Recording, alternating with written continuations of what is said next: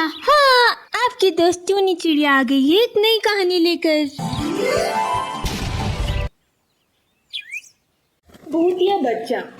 रात के समय चमन नामक एक चिड़ा अपनी पत्नी टोनी चिड़िया के साथ अपने जंगल की ओर आ रहा था।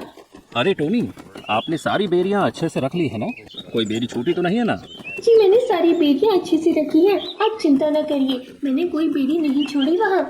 अच्छा ही हुआ टोनी कि हम अंधेरे में ही ये बेरियां लेने पास वाले जंगल में आ गए, वरना सवेरे होते ही सारे पक्षी वहाँ से बेरियां लेकर चले जाते हैं। चलो अब हम इन बेरियों से अपने कल के भोजन की व्यवस्था कर पाएंगे। जी आपने सही कहा, वैसे भी 2 दिन से भूखे प्यासे रहने की वजह से हालत ही खराब हो गई थी। अब 2 दिन के बाद जाकर हमें भरपेट भोजन करने का अवसर मिलेगा। दोनों चिड़िया खुशी खुशी उड़ते हुए अपने जंगल की ओर आने लगते हैं।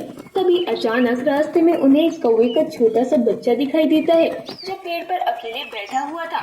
उसे देखकर चमन चिड़ा और टोनी चिड़िया दोनों वहीं रुक जाते हैं। अरे इतनी रात को ये कौवे का बच्चा अकेला यहाँ क्या कर रहा है?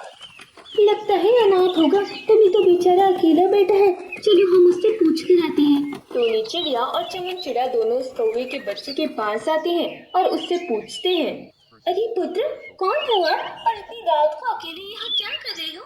वो कौवे का बच्चा एकदम खामोश बैठा हुआ था। टोनी चिड़िया के कहने पर वो उसे कोई जवाब नहीं देता है। अरे ये तो कोई जवाब ही नहीं दे रहा। अरे पुत्र, आपके माता पिता कहाँ हैं? आप यहाँ अकेले कैसे बैठे हो? फिर भी वह कौवे का बच्चा खामोश बैठा रहा।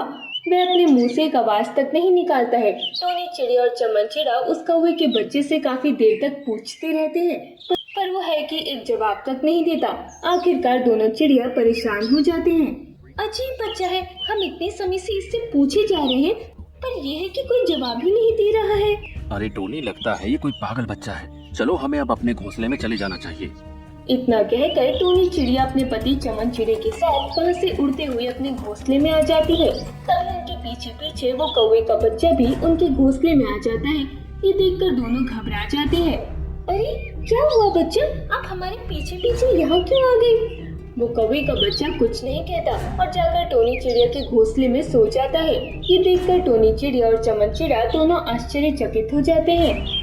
बड़ा ही अजीब बच्चा है, एक अल्फाज तक नहीं कह रहा है। हो सकता है बेचारे डर गया हो, अकेला है ना। कोई नहीं, चलिए हम भी सो जाते हैं, रात बहुत हो गई है। दोनों चिड़िया घोंसले में सो जाते हैं। देखते ही देखते आधी रात गुजर जाती है। तभी वो अनजान कौवे का बच्चा अचानक से भयानक भूतिया बच्चा बन जाता है और वो खामोशी से उड़ते हुए टोनी चिड़िया के घोंसले से बाहर आता है और जंगल के एक चंपू नामक तोते के घोंसले में चला जाता है। चंपू तोता अपनी पत्नी मंजी तोती के साथ सोया हुआ था।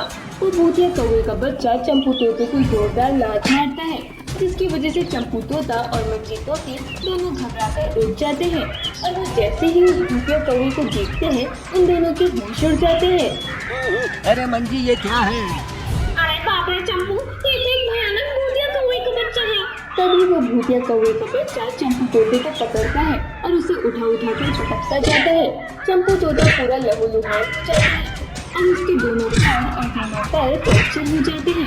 इतना करने के बाद वो भूतिया कौवे का बच्चा वापस टोनी चिड़िया के घोंसले में आता है और साधारण कौवे का बच्चे का अवतार लेकर वहीं सो जाता है। अरे बाप रे, अरे क्या था रे ये? ना कुछ बोला ना बताया और आकर कुत्ते की तरह धोकर चला गया। अरे क्या था रे ये? जी ये क्या हो गया आपके साथ? आप ठीक से खड़े क्यों नहीं हो पा रहे हो?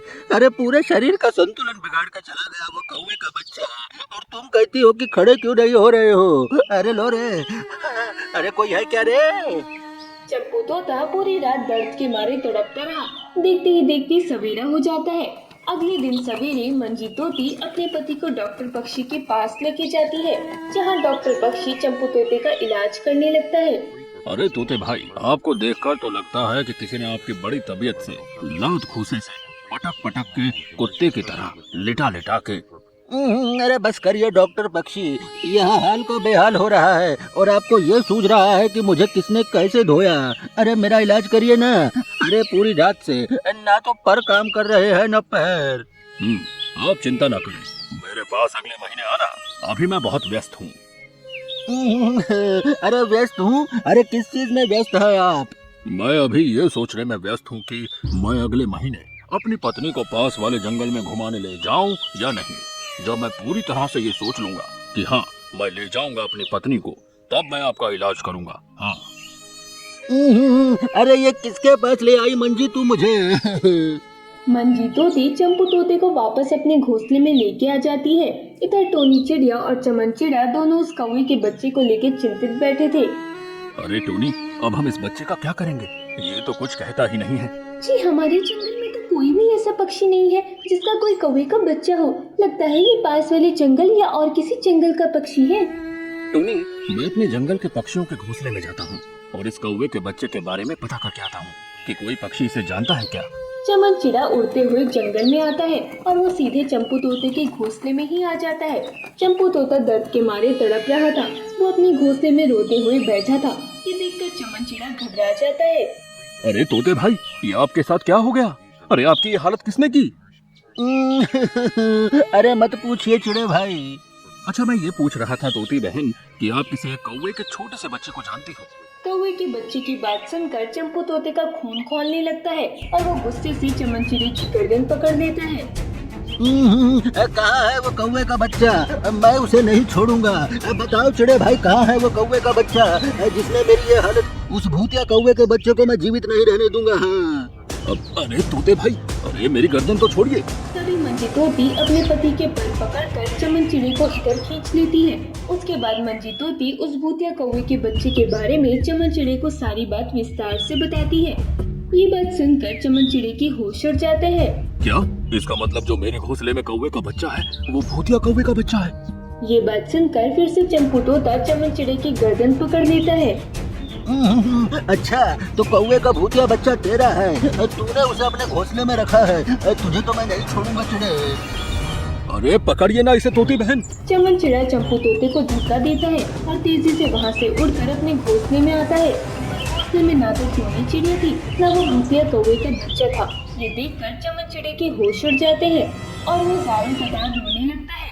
वो पूरे जंगल में अपनी पत्नी और उस भूतिया कौवे के बच्चे को तलाश करने लगता है, पर ना तो उसे अपनी पत्नी मिलती है, ना ही वो भूतिया कौवे का बच्चा। इसलिए कहते हैं जीवन में कभी किसी अनजान पर विश्वास न करो।